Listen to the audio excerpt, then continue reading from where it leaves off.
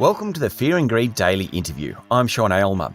We've spoken before about the number of women on boards in Australia. As of last year, women made up 31.3% of directors on S&P ASX 200 companies. It's significantly up from previous years, but women are obviously still underrepresented. In the legal profession, on the other hand, the story's a lot more encouraging.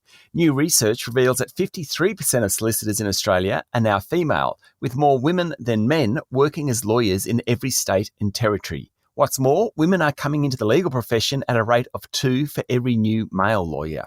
These are findings from research commissioned by the Law Society of New South Wales on behalf of the Conference of Law Societies.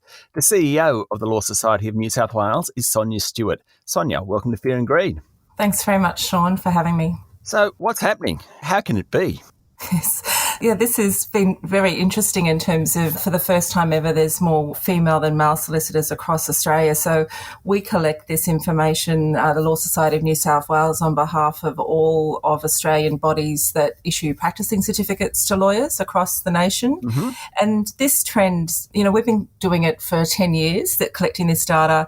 When we started, women made up 46%, and now it's 53% of all lawyers across Australia. So the trend was sort of happening, but for the first time, it's every state and territory that's happened. So while we collect the data, we don't drill into the reasons, but there's probably 5 things I can sort of check in with you about where we think about that trend line. I think the first one, Sean, is a general trend around women's workforce participation, and, that's been one of the biggest productivity gains for our country.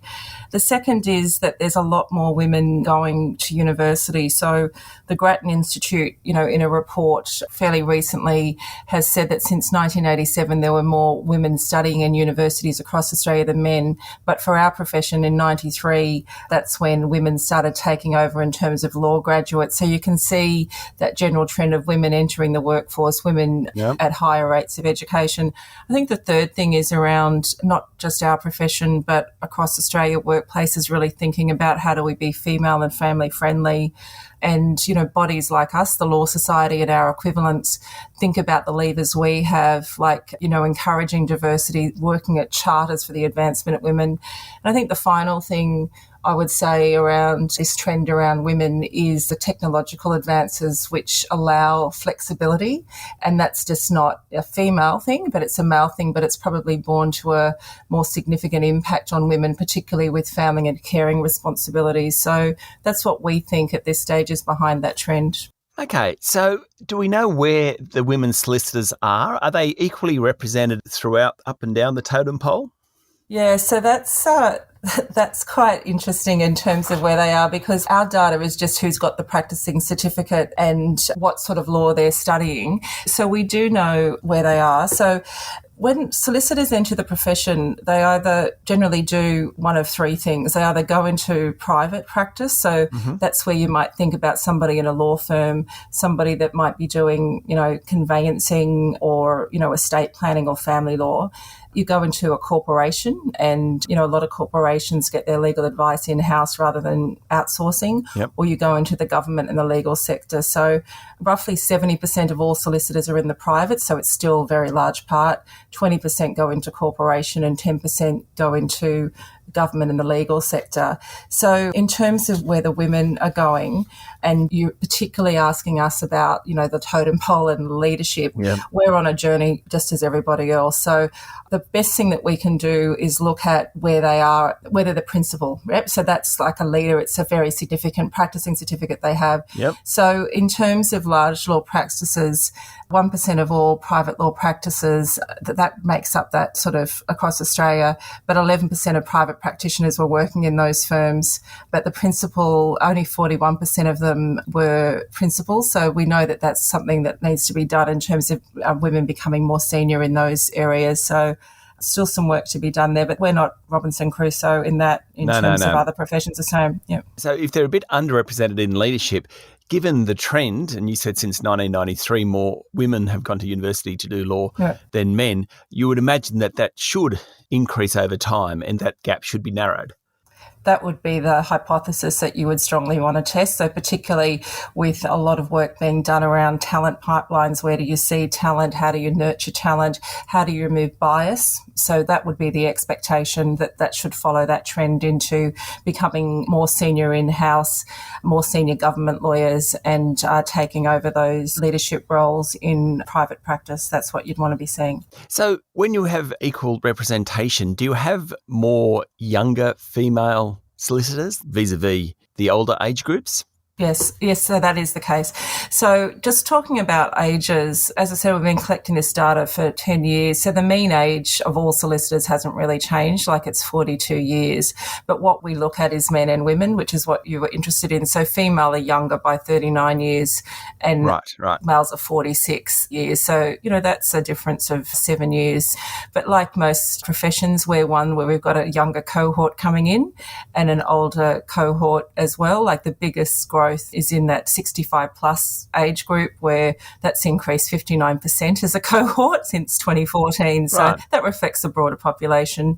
I guess the other thing I would say is that because the richness is in this data in terms of where there might be some of the younger solicitors, so the Northern Territory and the ACT are a bit younger and the South Australians a little bit older on average, but females are younger than men on the mean in this data that we've collected.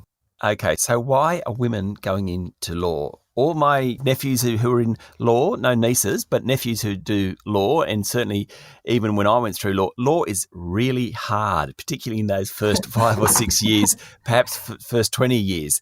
Why do you think more women are going into it? Yeah. So the law, it's very interesting because, if you're coming straight from university, you do a double degree. I mean, you can do the legal admission board, which is shorter. You tend to do that as a graduate. So as you said, you're picking a 5-year degree. It's quite hard to get into. There is a cost to get into it. I think it's seen as a really good degree because the skills you get in terms of analysing information, synthesising a lot of data, problem solving, negotiating, influencing, communicating. So I think it's a really great degree. And then, for reflecting on my own experience, if you like solving problems and you like helping people, the law is a very good place to be. Yep.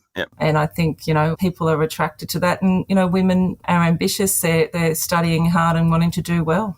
It's funny, I used to run the newsrooms at Fairfax, and when we're always looking for trainees and cadets, it's amazing how many lawyers applied, and it really was about as good a grounding as you could get for a journalist coming in because they were smart. Yeah. And normally they were pretty inquisitive. Yes. And mostly they could write well as well.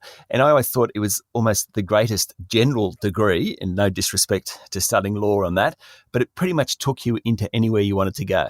Yeah, and I agree with that. I've heard people commentate that it's sort of like the new arts degree, like in terms of if you were thinking about a little bit back in the day that an arts degree was seen as that sort of early entry point into a career and, about studying and then moving on to something else. But it absolutely is. And, we've got great law schools here in New South Wales. We've also got some feeders. So our students and members of the profession come from the 15 law schools as well as from Bond University in the north and ANU from Canberra. But we've got good law schools. It's a good grounding degree and you can do so many diverse things with a law degree as well. So I think that's why it's also interesting. Stay with me, Sonja. We'll be back in a minute. My guest this morning is CEO of the Law Society of New South Wales, Sonja Stewart. So looking just beyond gender in the report, what's the most common area of law that solicitors are now practicing?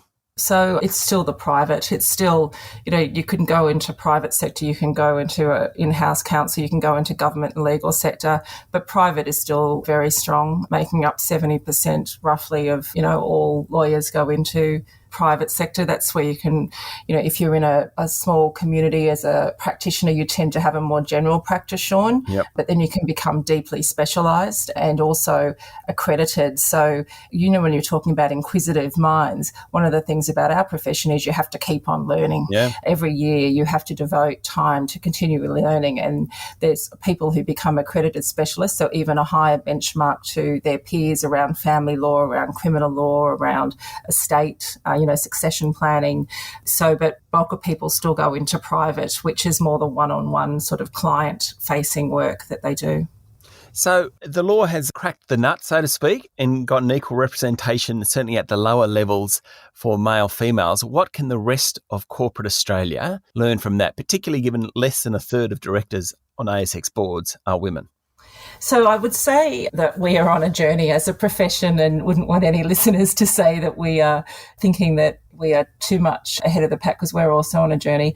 I think the things that has happened here is that general sort of economic push and driver that's happening across our country around women participation and into higher education. So really thinking about that and those relationships with, the deans or the places where the pipeline emerges, I think is really important. I think the other thing is there's been such a concerted effort by employers and legal firms across Australia to think really deeply about diversity and inclusion. So where is that talent? Not just female, male, but, in other broader cultural diversity. And do you make your workplaces, amenable to, identifying and retaining and nurturing that talent? And I think the third thing that's happened at bodies such as the Law Society and replicated with my counterpart CEOs across Australia is thinking about what we can do in this space. So in New South Wales, for example, Sean, a charter for the advancement of women was released a number of years ago and then re-released. So this is things like leaders of firms signing up to things such as removing bias from their processes, ensuring, and we actually added some things to the charter this year, such as ensuring that you've got transparent and robust complaints mechanisms around sexual harassment. So you're undertaking to do that. And we've had 300 firms so far signing up to that. So it takes a village, I guess. Yep. And I think that there is some things that can be replicated on that. And we're not resting on our laurels. We've still got more to do, but we've got to listen to this data, which is showing a significant trend that we need to be planning for and listening to. Yeah, it's interesting. Law is always kind of put up there as almost above the law, as silly as that sounds. But in the last 12 months, there's been some dreadful stories that's come out of the law in terms of sexual harassment particularly. Is it something that you think is more prevalent in the law, or is it just part of society? How far are you making steps to get through some of the challenges that you've had in the last 12 months? Yes, it's an issue, unfortunately, that does exist, and I want to acknowledge that. It is important to acknowledge that this issue does exist. I gave the example about the charter, which we see as a really important thing, but that's just one element of it. The other thing that we're doing is making it really clear on information outward facing about victims, about how do they make reports, and to organisations that might be small, how do you have good guidelines for this? So we're not shying away from it. It's inappropriate. You asked the question, is there something quite unique to our profession?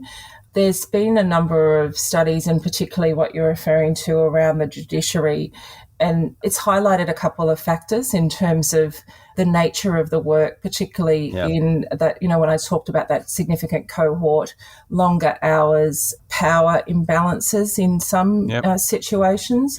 But this is seriously being looked at, and importantly, there's some inroads to be making, and this data is really important in helping us plan for that. Okay, you're not only the first woman appointed to be CEO of the Law Society, but you're also the first Indigenous person to hold that role. What sort of message does that send, do you think, within the legal profession and then more broadly?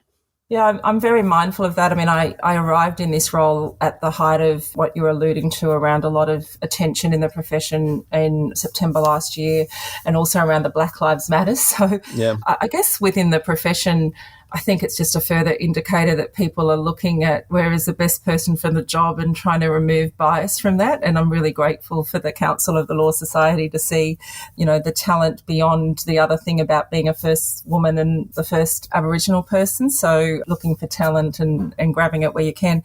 In terms of the rest of the country, there's two sort of reflections that I sort of have on that, Sean. Growing up, there's some things that you are taught, and one of them is respecting your elders. And so that's always recognising that we stand on the shoulders of those that went before us. And the second thing is you're part of the world's oldest surviving culture, but we're only here for a short period of time. So how do we, leave legacy and impact and leave things in a better place in which we found them, particularly caring for country? So in terms of the broader Australian dialogue or community, I mean, time will tell, but I think what it shows is that my generation benefited from the opening up of education. There were people, Uncle Charlie Perkins, Bob Belair, Pat O'Shane, that went and studied law. And then there was, in the late 80s, if I might reveal my age, there was an opening up of education. So I'm part of a cohort, was the first to finish university, the first that went, and also high school. And it just shows the benefit of that and removing bias and discrimination and letting people flourish and reach their aspirations. And I think that's a story that Australia should be proud of, really. Absolutely. Sonja, thank you for talking to Fear and Greed. Thank you very much, Sean. That was Sonja Stewart, CEO of the Law Society of New South Wales. This is the Fear and Greed Daily Interview. Join me every morning for the full Fear and Greed podcast with all the business news you need to know. I'm Sean Aylmer. Enjoy your day.